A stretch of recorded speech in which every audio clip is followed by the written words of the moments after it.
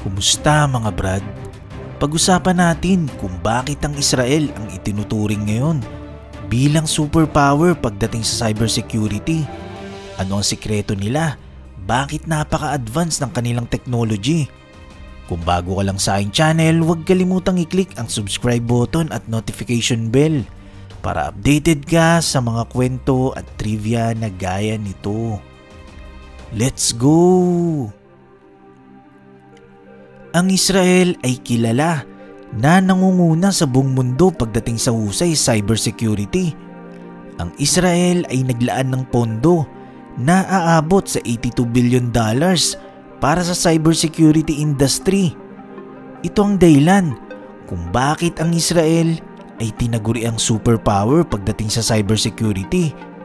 Sa mga di nakakaalam, isa kasi ang Israel sa madalas na target ng mga cyber attacks ng mga kalaban buwan-buwan, lalo na sa mga websites at data system ng gobyerno. Ang tawag sa pinaka-top secret na unit ng cybersecurity ng Israel, ito ay IDF 8200. Noong 2017, ang Israel Defense Forces o IDF Unit 8200 ay napigilan ng planong airstrike ng ISIS sa western country. Dahil dito, naaresto ang mga suspect at maraming inosente ang nailigtas. Napigilan din ng Israel ang ginawang cyber attack sa kanila ng Iran. Isa sa dahilan kung bakit ang bansang Israel ay nangunguna sa mundo ng cybersecurity dahil ang gobyerno ay nag-invest ng mga training sa mga kabataan nila. Nasa middle school pa lang ang mga bata ay exposed na ito sa cybersecurity education. Katunayan, ang Israel ang sumusuporta ngayon sa Singapore para mapalakas ang kanilang cybersecurity. Kaya ang mga multinational corporations dito ay nag-open ng local research and development centers at nag-export ng $6.5 billion na halaga ng cybersecurity products. Pero paano nga ba nagsimula ang Israel bago ito mabansagan na superpower pagdating sa cybersecurity? Ang gobyerno ng Israel ay suportado ang cybersecurity program. Ang Israel ay pinagmamalaki ang pagdevelop ng kanilang technology sector at ang gobyerno nito ay malaki ang naging role para masustain ang aspetong ito. Ang gobyerno ng Israel ay malaki ang naging parte sa mabilis na paglago ng cybersecurity industry. Ang Advanced Technologies Park na matatagpuan sa Beersheba sa Israel ay itinuturing na tahanan ng cybersecurity philosophy. Siyempre, para makamit ang objectives ng bansa bilang major source ng mga expertise at talent sa cybersecurity, ang Advanced Technologies Park ay nagawang maka-attract ng mga multinational corporations tulad ng Oracle, Dell, IBM at Dutch Telecom para sa kanilang research and development centers. At ito pa, umani rin ng maraming interes ang advanced research labs ng Israel tulad ng National Cyber Research Institute, National Emergency Response at Ventures Capital firms. Cybersecurity training sa mga eskwelahan. Ang Israel ay malaki ang respeto sa kanilang human capital dahil dito sila nag-i-invest ng karunungan para sa kanilang ambisyon, skills at expertise para maging technologically empowered sila. Ito ang primary aspect ng cyber defense platform ng Israel. Sa pamamagitan ng malawak na programa at investments ng mga private sector at gobyerno, ito ang nagtulak sa bansang ito upang maging bahagi ang cybersecurity sa academic ng mga estudyante. Taong 2013, noong ang Ministry of Defense ay bumuo ng national program para sa lahat ng high school students na interesadong matuto sa cyber world. Ang cybersecurity ay pinagtuunan talaga ng pansin ng Israel, na kung saan ang edukasyon sa cybersecurity ay nag-uumpisa pa lang sa middle school sa Israel. Ang Israel lamang ang kaisa-isang bansa sa buong mundo na nagtuturo ng cybersecurity sa kanilang mamamayan.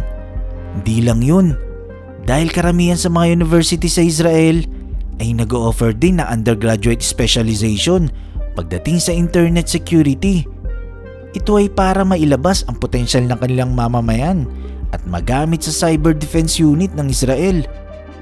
Sa ngayon, ang Israel ay mayroon ng 6 research centers na dedicated sa cybersecurity. Advanced na pag-iisip. Dahil sa advanced na pag-iisip ng Israeli government sa mga posibleng mangyari o gawing atake sa kanila ng mga kalaban, ito ang nagatid sa kanila para makapag-develop ng napaka-advanced na cybersecurity. Ang Israel Space Agency ay naipag-isa sa National Cyber Initiative Task Force at National Council for Research and Development para makabuo ng ecosystem na magbibigay alerto sa mga otoridad ng mga kinakailangang impormasyon para kung sakaling mangyari ang hindi inaasahang threat sa internet, alam na agad nila kung ano ang gagawin. Bahagi ito ng pag-develop para maging advance ang kakayahan ng kanilang military. Since nung naitatag ang State of Israel noong 1948, ang primary focus ng Israel ay makapag-develop ng advanced military capabilities. Ang bansa ay nag-invest ng maraming pera at resources para makapag-develop ng powerful military at defense organization. Dahil sa sobrang taas ng technology ng cyber defense ng Israel, ang military ng bansa at cybersecurity defense ay mabilis pang lumalago. Ano-ano nga ba ang kayang gawin ng cybersecurity ng Israel bukod sa ginagamit nila itong pandepensa laban sa cyber attacks ng kalaban? Actually, may kakayahan din ng cybersecurity ng Israel na iyak ang kahit anong device, machine, factories, power plant, government data at marami pang iba.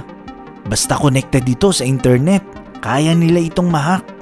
Kahit nga ang mga kotse na mayroong wifi na halos common na lang sa lahat ng sasakyan ngayon, kayang-kaya nitong kontrolin. Ang Israel ay isang maliit lang na bansa na napapaligiran ng mga bansang gusto ito pabagsakin.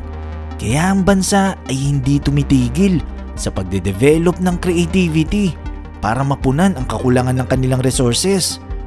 Kaya ang Israel ay kinakailangan ng patuloy na pag-surveillance sa kanilang mga kapitbahay na bansa. Ang cyber industry ng Israel ay nakarely sa pinagsama-samang talino at utak ng mga taong nagsiserve sa bansa sa iba't ibang security agencies ng military. Ang military services ay mandatory sa karamihan ng Israeli citizens at ang isa sa pinakamalaking parte ng Israeli Defense Forces ay ang kanilang cyber and intelligence units. Nasa halos 20,000 na sundalo ng Israel ngayon ang nasa cyber and intelligence unit na nakadeploy sa Beersheba na tinuturing ngayon na Silicon Valley ng Israel. Ang IDF Unit 8200 na nabanggit ko kanina ay isang top secret agency ng Israel. Ito ay tinuturing na Elite Cyber and Intelligence Division ng Israel. Hindi lang sila basta-basta nagpo-provide ng depensa at security sa bansa, kundi sila ay responsable sa isa sa pinaka-aggressive na cyber attack sa kasaysayan. Ito yung nung nagsagawa sila ng cyber attack noong 2010 sa nuclear program ng Iran. Maraming agent ang Unit 8200 o tinatawag na Israeli Intelligence. Karamihan sa mga agent na ito ay nasa iba't ibang lugar. Literally, nasa teritoryo ito ng mga Palestinians para mag-surveillance.